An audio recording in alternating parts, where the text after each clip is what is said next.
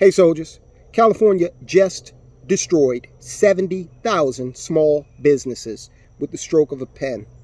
And this decision that they've made is going to negatively affect a total of 350,000 small businesses potentially. We're going to get into that and how that move is going to affect you by disrupting the supply chain further and increasing inflation.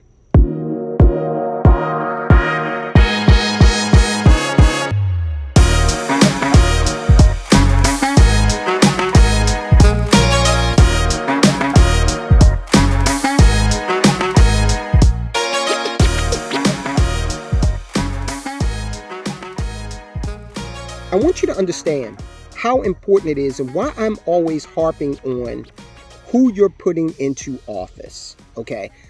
You have got to sit down and dispense with all of the, well, my mama was a Democrat and her mama was a Democrat and my daddy was or my mama was a Republican and my daddy was a Republican, so I'm a Republican. No, you've got to sit down and you've got to look at this from the standpoint of your economics. These politicians don't care for you at all. It's an act. I was a lobbyist. They used to call DC, and they probably still do, Hollywood for ugly people. Of course, I was down there, so that wasn't true. But these politicians are acting. They do not care about you. They care about their personal power and amassing more wealth and power. That's it, all right? We've got in this nation a state senator from Rhode Island, Tiara Mack. I'm going to show you how much she knows about the economy. Yet she's in a position where she's going to be making decisions like the decision made in California. This decision that they've made to destroy 70,000 businesses directly and to negatively affect a total of 350,000 more, this decision is going to be looked at by other states, and New Jersey and Massachusetts are already entertaining doing something similar to destroy small businesses, to destroy outcomes that lead to financial independence, okay? So what am I talking about here? Well, before I get to that, I want to go back to Tiara Mack. This is her. Yeah, the twerking senator. I'm a state senator, baby girl. The United States got nothing to do with me. She ain't got nothing to do with me. All right, guys, look, what are we talking about here? We're talking about California's Assembly Bill 5. This bill is an independent contractor law. And it basically, the nuts and bolts of it is the independent contractor law that they have now passed was originally intended, or so they said, to target rideshare companies like Uber and Lyft and to say, these people are private contractors. Well, of course they are, because they were providing their own vehicles, okay? Just like a cab driver who owns the car or is purchasing the car. Like in New York City, they buy the medallion, gives them the right to operate a taxi. That's a small business. They own that. They're not employees. So traditionally, anytime someone has owned all of the equipment necessary to do a certain job, they have been a 1099 contractor, not a W-2 employee. California is changing that. They first said that this law is going to make Uber and Lyft, people who drive for those companies, employees. All right. Now, why did they do this? They did it because it's a nod to unions. California wants to boost up the unions. That's who they're in bed with in terms of the politicians out there. They're not looking out for these individuals who are operating these rideshare companies. And I'm going to tell you why. You already know why. You're a smart audience. You know that as a Lyft driver or an Uber driver, you get to work pretty much when you want. You don't have to adhere to a schedule. It's gig. It's part of the gig economy. Okay. Side hustle. You know, it helps these young people make some extra money when they need it. It helps consumers to have more choice in the market in terms of where they get the food from with DoorDash, how they get around town. Again, Uber, Lyft, as opposed to a taxi or bus. So that's all out the window now. AB 5 or Assembly Bill 5 out there in California says even if you own the equipment, let's get into the truckers, even if you own the equipment, like the tractor trailer, you now must be an employee. of the company. And if they don't take you on as an employee, then you can't operate in the state of California. Now, you might ask, well, why wouldn't people want to be employees? Again, because you want to be a small business owner, set your own schedule. Maybe you want to work for this line of trucking for part of the year. Maybe you want to go somewhere else in the country for another part of the year. Okay, completely flexible. Maybe you just don't want to work for the man. You ever think about that? So you go out and you purchase a tractor trailer and you pay for the note, you pay for the maintenance, you pay for the insurance, but you sign on to a larger company like Landstar because Landstar has these agreements in abundance and they then hook you up with the loads. Okay, how does this benefit Landstar? Well, they don't have to pay benefits, they don't have to pay unemployment insurance, okay, or any of that kind of stuff. All right, it's symbiotic. It works for the private contractor, aka small business owner, and it works for the larger company who's providing the services. Okay, services in terms of the loads. Okay, and then the trucker goes, takes a load from A to B, and everybody's happy. Now, here's the problem. Here's the big problem that's going to affect all of us. Did you know that 40% of the containers that come into this nation from everywhere, especially China, 40% of that lands in California for obvious reasons. California is right across the Pacific Ocean from China, okay? Straight shot. Another interesting factoid here that I want to point out is 46% of U.S. fruits and nuts are produced in California, okay? So you've got a tremendous amount of goods that are either originating in California, like produce, for example, or coming into the country via California. Now, since a company like Landstar is either going to have to revamp its entire business model or they can't operate in California, since that's the case, what do you think is going to happen with supply chain? And this takes place in a few days. This goes into effect in a few days. And mind you, this is not just for California drivers. This is for any driver who is going into California. He or she can be from anywhere in the United States, okay? Except, of course, Hawaii, which is ironic because one of our soldiers stationed in Hawaii Preppers Network 808, actually brought this to my attention. So we're faced now, because there are a total of 350,000 independent trucking operators throughout the nation. And many of them, of course, they go to California because California's got a lot of goods that need to come out of it. And California's got the largest population of any state in the union, so therefore a lot of goods need to go into California. The Teamsters win, small businesses lose. The other thing is, the Teamsters, this is a very important point, the Teamsters are a union. The Teamsters, if they can get more unionized employees, then they get to charge dues. I used to be a member of a union, involuntarily so. The Communications Workers of America, when I worked for Verizon early on in my career, I was what was known as an associate. And all associates are non-management employees. We were in what was called a closed shop from a union perspective. So whether you wanted to be in a union or not, nobody asked you if you wanted to be. It was just if you were an associate, you were in the union. There was a process you could go through to get out of the union, but nobody did it because at the end of the day, the dues they were taking weren't too onerous, okay, in the grand scheme of things. They weren't.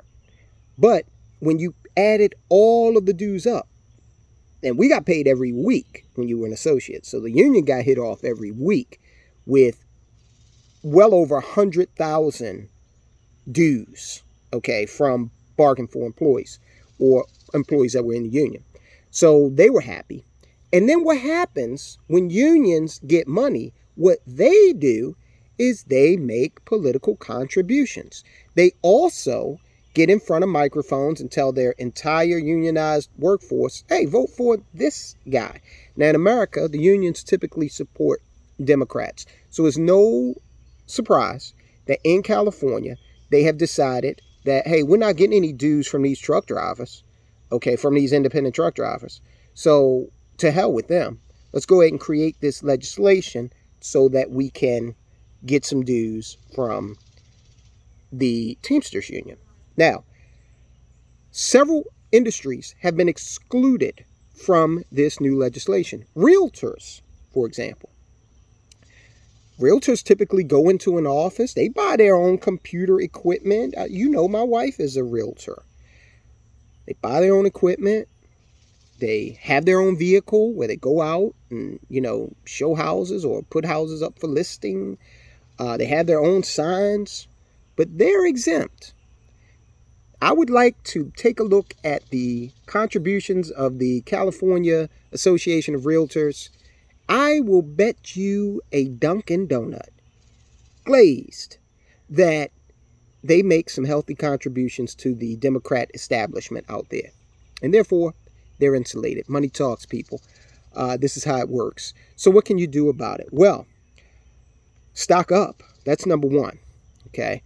Continue to stock up. We have talked about this. When I was talking to Hawaii Preppers Network 808 the other day, she brought up a great point. We were talking about additional streams of income. Okay, we did the video on that. And she said, that's an aspect of preparedness. Preparedness is all about not being caught in a lurch and being caught without. And I told her, I said, I never thought of that. I never thought of a second source of income as actually preparedness, but she's absolutely right. Now, if you're one of these truck drivers who's an independent truck driver, we used to own a trucking company. I've told you that many times before. Now, all of our drivers were employees, but we were a very small company. Okay, we didn't go to California either. We didn't go that far.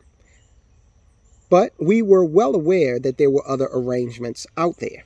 Okay, just having these people as employees worked better for our business at the time. But if you're a truck driver, I'm telling you right now, you guys have got to make a stand. Because if you don't, again, New Jersey, I think I said this before, New Jersey and Massachusetts, they are looking at similar legislation. And so in this great economic reset that we're experiencing, you can see where they've started to try to convert independent business owners into employees. And we've discussed it as ad nauseum. When you're an employee, you do not control your own financial destiny. You do not.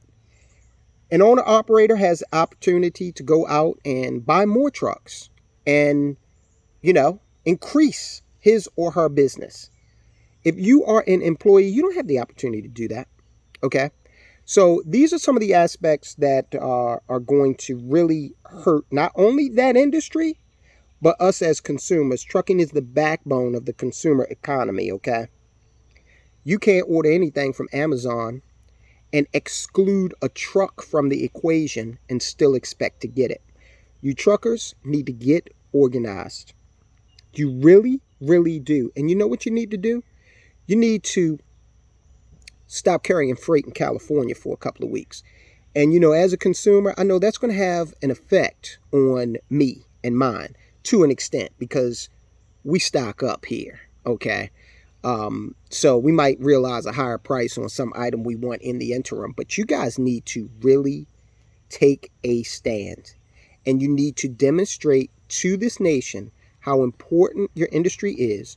And you need to get these politicians who don't understand the economy, let alone the intricacies of your industry, to back the heck off. Trying to be a better Christian here. I should have said it anyway because they say when you think it, you've already committed the sin. So, in any event, you got to get organized, guys. You got it. These farmers over in Denmark, they sprayed the government buildings with manure, with fertilizer. Manure. You got to stand up, America. We have typically been kind of, docile, not docile, but complacent, okay? Because in America, let's just face it, our lives are pretty chill, okay, for the most part. We don't have to deal with a lot of the day-to-day, just plain survival that many citizens of many countries have to deal with. Okay, we got a lot of conveniences in this country. So that has made us kind of complacent. Well, we need to shake that off, and we need to get up, and we need to say, you know what, California, as far as freight for the next 2 weeks, you ain't getting shit. Okay, and nothing's coming out of it. So have the growers out there get up in arms and join you, because fruit is spoiling in their fields because there's no one to take it out of there. All right. Have the electronics manufacturers who, have these items that they produce that they want to get to market at certain times of the year. Have that stuff just sitting idle for a while. Okay. Push this thing. If you do not, I'm going to tell you truckers something. I'm going to tell all of you members of any industry. If you don't act now, you're going to turn around and there will be no more independent truckers. They're attacking small business because you're not organized. Okay. When I left DC, a friend of mine, Carla, and we attempted to start a lobbying business that was focused on small businesses. And our idea was to take like a group of restaurants, small restaurants, a group of small beauty salons, a group of small auto body shops, okay, and put those entities together in industries. Now, when you have a small business, your issues are totally different from the larger businesses. And small businesses didn't understand it. We couldn't really get this thing going the way we wanted to. And here's a perfect example of why. We went to talk to a small business owner. He owned a restaurant. He owned a couple, actually. He owned 2 restaurants. And we explained to him that he's got issues at the state level that nobody's advocating for on a policy, from a policy standpoint. And you know what he said? He said, hey, well, the guys that represent McDonald's and those guys, they go down there and they represent us. And we said, nothing could be further from the truth. You're a small business. McDonald's is a global conglomerate. They actually want to crush you if they possibly could. Their issues are totally different than your issues. Couldn't make people understand that. You guys have got to understand that now. You have got to get together. You have got to have your voice magnified. You have got to put the fear of God into these politicians from the standpoint of disrupting. If they want to disrupt your commerce, go ahead and disrupt larger commerce until they give in. Believe me, they will. If Nancy Pelosi cannot get her fancy ass ice cream in her $3,000 freezer, somebody's going to hear about that. Okay. And somebody's going to know what the hell's going on. So that's all I have for you today. I believe that's the crux of this thing. The law goes into effect in a few days, and it's going to be illegal to be an owner-operator in California, an independent owner-operator in California of a freight-carrying vehicle. And this goes for movers, tractor-trailers, FedEx, okay?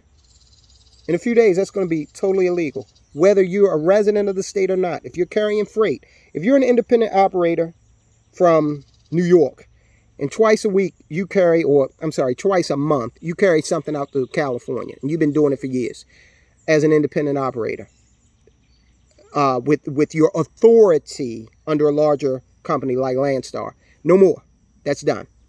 Fight back, or else they will steal every single jot and tittle that adds up to your financial independence. They will steal it from you. Guys, I'll talk to you soon.